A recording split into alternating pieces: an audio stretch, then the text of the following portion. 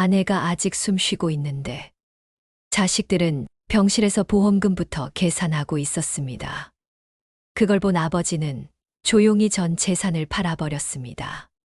그리고 유언장 한 장으로 가족의 욕심을 산산조각 냈습니다. 자식들이 결코 예상하지 못한 통쾌한 복수를 선택한 아버지의 이야기를 지금부터 들려드리겠습니다. 경북 구미 인근의 조용한 시골 마을. 해마다 감나무가 잘 익는 이 마을 끝자락에는 박노인 부부가 살고 있었습니다. 남편 박동식 씨는 올해 78. 그의 곁에는 평생을 함께한 아내 정분이 여사가 있었습니다. 둘은 자식 셋을 두었죠. 첫째는 서울에서 사업체를 운영하는 박재민. 둘째는 대기업 부장으로 일하는 박준형. 막내딸 박나영은 강남에서 네일숍을 운영하며 자주 SNS에 일상을 올리는 편이었습니다. 겉으로 보면 누구보다 성공한 자식들이었습니다. 하지만 그들이 부모 곁을 찾는 일은 손에 꼽을 정도였죠. 명절에도 영상통화로 인사를 대신했고 고향을 찾는 건 제사나 급한 일 있을 때뿐이었습니다. 박동식 씨는 그런 자식들에게 더 이상 서운함을 표현하지 않았습니다. 그저 아내와의 조용한 일상에 감사하며 하루하루를 정리하듯 살아가고 있었죠. 어느 날 박노인은 동네 보건소에서 혈압약을 타고 오던 중 아내가 거실에서 쓰러져 있는 것을 발견하게 됩니다. 아내는 뇌출혈로 의식을 잃은 채 쓰러져 있었고 급히 구급차를 불러 구미 종합병원으로 이송됐습니다. 병원 응급실 앞에서 그는 혼자 앉아 있었습니다. 수술실 문이 열리지 않는 그 시간 동안 아내의 손을 잡지 못한 것이 유독 미안했죠. 아무 말 없이 대기실 시계를 바라보며 그는 한숨을 몇 번이나 쉬었는지 기억조차 나지 않았습니다. 한참이 지나 자식들이 도착했습니다. 그러나 박노인은 놀라움을 감출 수 없었습니다. 첫째는 수술 경과보다 보험 수익자가 누구인지 물었고, 둘째는 병원비는 누가 부담할지에 대해 계산기를 두드리고 있었죠. 막내딸은 어머니 손을 잡기보다 화장실 거울 앞에서 화장을 고치고 있었고요. 그리고 곧 그녀는 눈물을 머금은 표정으로 병원 복도에서 사진을 찍고 있었습니다. 온라인에 올릴 생각이었겠죠. 박노인은 더 이상 자식들을 보지 않았습니다. 단단한 주름이 선명한 손으로 조용히 지갑을 열어 아내의 보험 증서를 꺼내 확인합니다. 그 종이 한 장을 바라보던 눈빛은 평소보다 차가웠습니다. 자식들의 싸움은 점점 보조되었고 급기야 병원 간호사가 제지에 나설 정도였습니다. 그 틈에서 아버지는 조용히 자리에서 일어났습니다. 그리고 중얼거렸죠. 이젠 내가 할 일을 해야겠구나. 그 순간부터 박노인의 표정은 달라졌습니다. 더 이상 무너진 가장이 아닌 무언가를 결심한 사람의 얼굴이었습니다. 정분이 여사는 중환자실에서 응급수술을 받고 있었습니다. 수술은 장장 4시간이 넘도록 이어졌고 의사는 환자의 고령과 출혈 양상을 고려해 예후를 장담하기 어렵다고 말했습니다. 병실 밖의 분위기는 무겁기보다 차가웠습니다. 첫째 재민은 서류 가방을 열어 보험 계약서를 확인하고 있었고 둘째 준영은 휴대폰으로 보험회사에 전화를 걸었습니다. 막내딸 나영은 핸드폰 화면을 이리저리 넘기며 SNS에 올릴 사진과 문구를 고르고 있었죠. 박노인은 그런 자식들을 말없이 바라보았습니다. 자식들이 분주하게 움직이는 모습은 걱정이 아닌 계산에 가까웠습니다. 첫째는 보험 수익자가 누구로 되어 있는지 다시 묻기 시작했습니다. 재민은 형제들 앞에서 말했습니다. 부모님 보험은 자신이 다 관리했으니 수익자도 본인으로 지정했을 거라고요. 그러자 둘째가 발끈했습니다. 그건 부당하다고, 병원비는 3등분 하자고, 자신은 회사 일이 바빠서 병간호는 못 한다고 말했습니다. 딸 나영은 한숨을 쉬며 말했습니다. 자신은 장녀도 아니고 서울까지 왔다 갔다 할 여유도 없다고요. 그 순간 박노인의 눈빛이 흔들렸습니다. 수술실 문은 아직도 굳게 닫혀 있었고 아내의 생사는 불투명한 상태였죠. 하지만 자식들의 관심은 단 하나, 돈이었습니다. 그날 밤 박노인은 병원 단위 침대에 앉아 있었습니다. 어두운 병실 복도 끝에서 작은 창문으로 달빛이 들어왔습니다. 그는 오래전 아내와 함께했던 기억들을 떠올렸습니다. 겨울 추위 속에서도 손을 꼭 잡고 시장을 돌았던 그날들. 도시로 떠나는 자식들에게 배웅하며 울던 아내의 뒷모습. 그리고 지금 병상에 누운 그녀 곁에 아무도 없습니다. 오직 박노인만이 그녀의 곁에 있었습니다. 눈물이 말라버린 눈으로 그는 중얼거렸습니다. 나는 가족을 지켰는데 가족은 나를 지켜주지 않았구나. 그날 새벽 그는 노트를 꺼내 조용히 무언가를 적기 시작했습니다.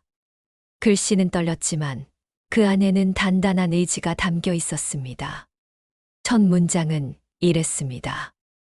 내 남은 시간은 내 방식대로 쓰겠습니다.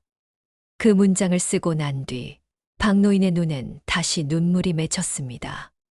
그러나 이번엔 슬픔이 아닌 분노와 결심이 섞인 눈물이었습니다. 그는 이미 돌아갈 수 없는 강을 건넜던 것이죠. 이튿날 아침 병실에선 어머니의 의식이 돌아오지 않은 채 기계음만 일정하게 울리고 있었습니다. 박노인은 간호사에게 몇 가지 주의사항을 듣고 조심스럽게 복도 끝으로 걸어갔습니다. 그리고 누군가에게 조용히 전화를 걸었습니다. 그가 연락한 사람은 오래전 거래했던 보험 설계사 김 과장이었습니다. 자신과 아내가 들어놓은 생명보험의 수익자 변경과 해지, 지급 조건 등에 대해 꼼꼼히 물었습니다. 전화 말미 그는 이렇게 말했습니다. 수익자 변경은 제가 직접 처리하겠습니다. 오늘 서울 올라갈 테니 절차 준비해 두세요. 그날 오후 그는 큰아들에게 병실을 맡긴 뒤 서울행 KTX에 몸을 실었습니다. 병원에서는 아버지가 건강검진을 받으러 갔다고 들었지만 사실 그가 향한 곳은 보험회사와 법무사무소였습니다. 보험사에 도착한 그는 아내의 보험 수익자를 기존 가족 전원이 아닌 사회복지단체로 변경 신청했습니다. 그 단체는 과거 아내와 함께 자원봉사를 했던 곳이기도 했습니다. 그리고 자신이 가입해둔 사망보험에 대해서도 철저히 점검했죠. 변호사와 마주한 자리에서는 유언장 작성도 의뢰했습니다. 내용은 간결하지만 단호했습니다. 자신의 전 재산은 아내가 회복되면 그녀에게 전부 귀속되고 아내가 먼저 세상을 떠날 경우엔 절반은 아내의 간병에 헌신한 병원 간병인에게, 나머지 절반은 해당 복지재단에 기부된다고 명시했습니다. 자식들에 대한 언급은 단 한 줄이었습니다. 가장 힘들 때 곁에 없던 이들에게 더는 물려줄 마음이 없습니다. 변호사는 문장을 두세 번쯤 다시 물었지만 박노인은 고개를 한 번 끄덕일 뿐이었습니다. 그 눈빛에는 미련이 없었습니다. 서류를 마친 그는 조용히 우체국에 들러 봉투 하나를 붙였습니다. 받는 이는 바로 둘째 아들 박준영. 내용은 상속에 대한 아버지의 결정과 더 이상 유산 관련 연락을 삼가달라는 부탁이 담긴 손편지였습니다. 서울역에서 다시 구미행 열차를 타는 박노인의 표정은 말없이 굳어 있었습니다. 기차 창밖 풍경은 빠르게 흘러가고 있었지만 그의 마음엔 더 이상 흔들림이 없었죠. 이제 그는 스스로를 위해 남은 시간을 쓰기로 했습니다.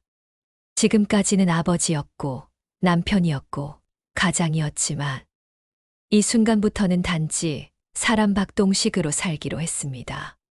그리고 그 결정은 아주 오랜 시간 마음속에서 골마가던 응어리를 푸는 첫걸음이었습니다.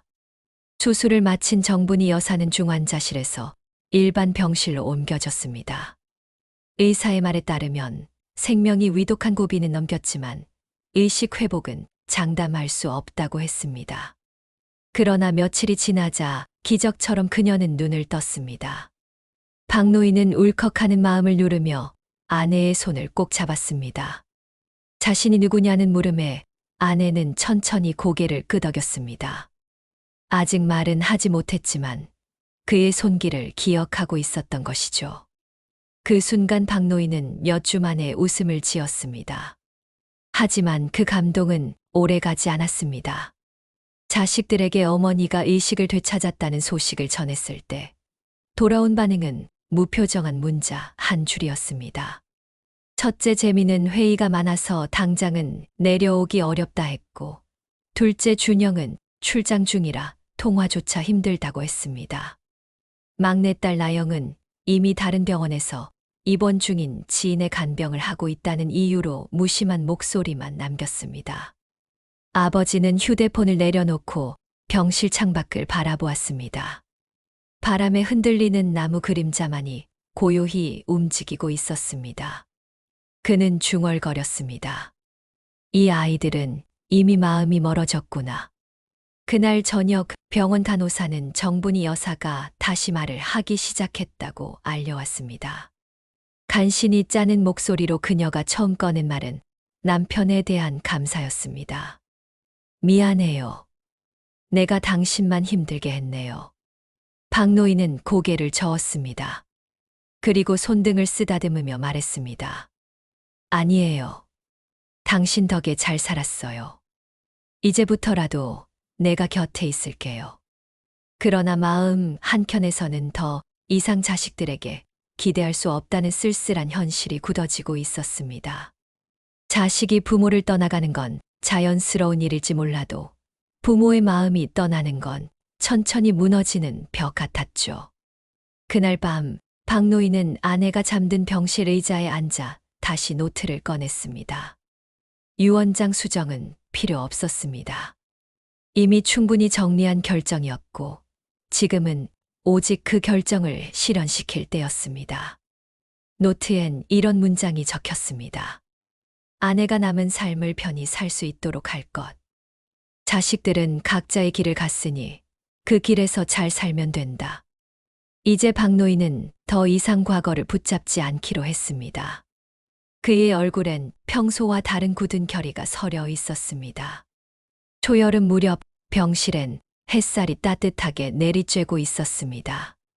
정분이 여사는 상태가 점차 호전되었고 물도 조금씩 마시기 시작했습니다.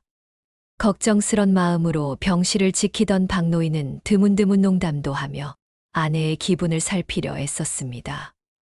그는 간호사에게 퇴원 후 필요한 요양 절차를 상세히 물어보기도 했습니다. 이제 정말로 아내가 다시 일어설 수도 있겠다는 희망이 보였기 때문입니다. 그러나 그날 밤 모든 것은 조용히 끝나고 말았습니다. 박노인은 병실 옆 간이 침대에서 잠든 채 다시는 일어나지 않았습니다. 담담한 표정으로 누워있는 그의 얼굴은 평온해 보였지만 간호사는 곧 이상을 감지했습니다. 의사는 심정지에 의한 급사로 판단했고 자식들에게 연락이 닿았습니다. 소식을 들은 자식들은 일제히 병원으로 모였습니다. 그러나 그들의 얼굴엔 슬픔보다는 혼란과 불안이 더 크게 드리워져 있었습니다. 첫째 재미는 휴대폰으로 부동산 등기부를 조회했고, 둘째 준영은 아버지 명의의 예금 계좌를 확인했습니다. 막내딸 나영은 변호사에게 상속 절차에 대해 문의하기 시작했죠. 정분이 여사는 아들이 병실에 들어서자 말없이 등을 돌렸습니다. 그녀는 아직 말이 서툴렀지만 모든 것을 알고 있었습니다. 박노인이 병원 복도를 오가며 어떤 표정이었는지, 아내 대신 어떤 선택을 했는지 느낄 수 있었던 것이죠. 그로부터 며칠 뒤 자식들 앞으로 한 통의 등기우편이 도착합니다. 봉투엔 박동식이라는 이름과 법무법인이라는 글씨가 찍혀 있었습니다. 내용은 유언장의 공식 통보. 봉인된 유언장은 지정된 날짜에 변호사 입회하에 열람될 예정이었습니다. 자식들은 의아했지만 어떤 기대도 품고 있었습니다. 그리고 마침내 유언장이 공개되는 날, 자식들은 변호사 사무실 한가운데 모였습니다. 벽에 걸린 액자들, 단정한 서류 더미, 정숙한 분위기. 하지만 그 속에서 펼쳐진 한 장의 종이는 그들 모두의 기대를 철저히 부수었습니다. 유 원장의 첫 문장은 이랬습니다.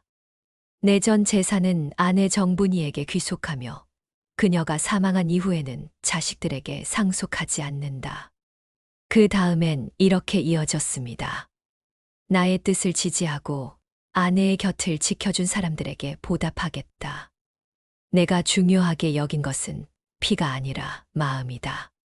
그 순간 자식들의 얼굴에 당혹과 당황, 그리고 억울함이 교차되었습니다. 막내딸은 눈을 흘기며 유 원장은 무효라고 소리쳤고, 둘째는 서류를 집어던지듯 덮었습니다. 첫째는 아무 말 없이 자리에서 일어났습니다. 하지만 변호사는 덧붙였습니다. 이 유 원장은 공증을 거쳐 법적 효력을 갖췄습니다. 고인께서 세 차례나 내용을 검토하셨고 자발적으로 서명하셨습니다. 정적이 흘렀고 그 자리에 있던 모두가 침묵에 빠졌습니다. 그 침묵 속에서 가장 묵직했던 건 한 사람의 마지막 목소리였습니다. 그는 말없이 떠났지만 모든 걸 정리하고 떠났습니다. 그가 남긴 것은 단 한 가지였습니다. 진심이었습니다. 유 원장이 공개된 날 이후 자식들은 각자 다른 방식으로 반응했습니다. 첫째 재민은 변호사 사무실을 빠져나와 곧장 법률 상담을 받으러 갔습니다. 유언 무효 소송 가능성을 검토해 보려는 생각이었죠. 둘째 준영은 어머니를 찾아가 이건 아버지가 감정적으로 결정한 것이라고 따졌습니다.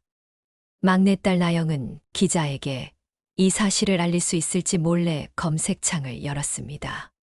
하지만 결과는 모두 같았습니다. 박노인의 유언은 완벽했습니다. 모든 재산과 보험은 법적으로도 철저히 준비되어 있었고 변호사는 단호하게 말했습니다. 고인의 결정은 개인의 자유이자 법적 권리입니다. 유산을 받지 못했다고 하여 상속을 강제할 수는 없습니다. 며칠 뒤 자식들 앞으로 또 한 통의 등기우편이 도착했습니다. 이번엔 각기 다른 기관에서 보낸 서류들이었습니다. 첫째는 모 지역사회복지재단으로부터 기부자 고 박동식님의 유산기부 공로를 기리는 감사장, 초청장을 받았습니다. 둘째는 요양병원 단병인 최 씨 앞으로 배당된 금액에 대한 통지서를 받았고, 막내딸은 보험회사로부터 귀하는 수익자 명단에서 제외되었음을 공식 확인받았습니다. 박노인이 세상을 떠난 이후에도 그가 계획한 일들은 차근차근 실행되고 있었습니다. 자식들은 모두 분노와 실망, 자괴감 속에서 각자의 현실로 돌아가야 했습니다. 그 와중에도 요양병원의 간병인 최정숙 씨는 매일 정분이 여사의 식사를 챙기며 곁을 지켰습니다. 그녀는 박노인의 뜻을 듣고 처음엔 놀랐지만 유 원장 내용에 감사하며 이렇게 말했습니다. 돌봐드린 건 제 일이었지만 그 마음까지 받게 될 줄은 몰랐습니다. 정분이 여사는 점점 말수가 줄어들었습니다.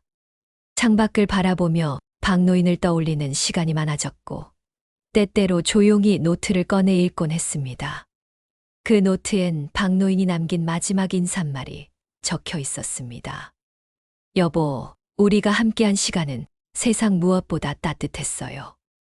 나는 욕심내지 않기로 했습니다. 사랑만 기억하고 갑니다. 그 문장을 읽으며 그녀는 흐느꼈습니다.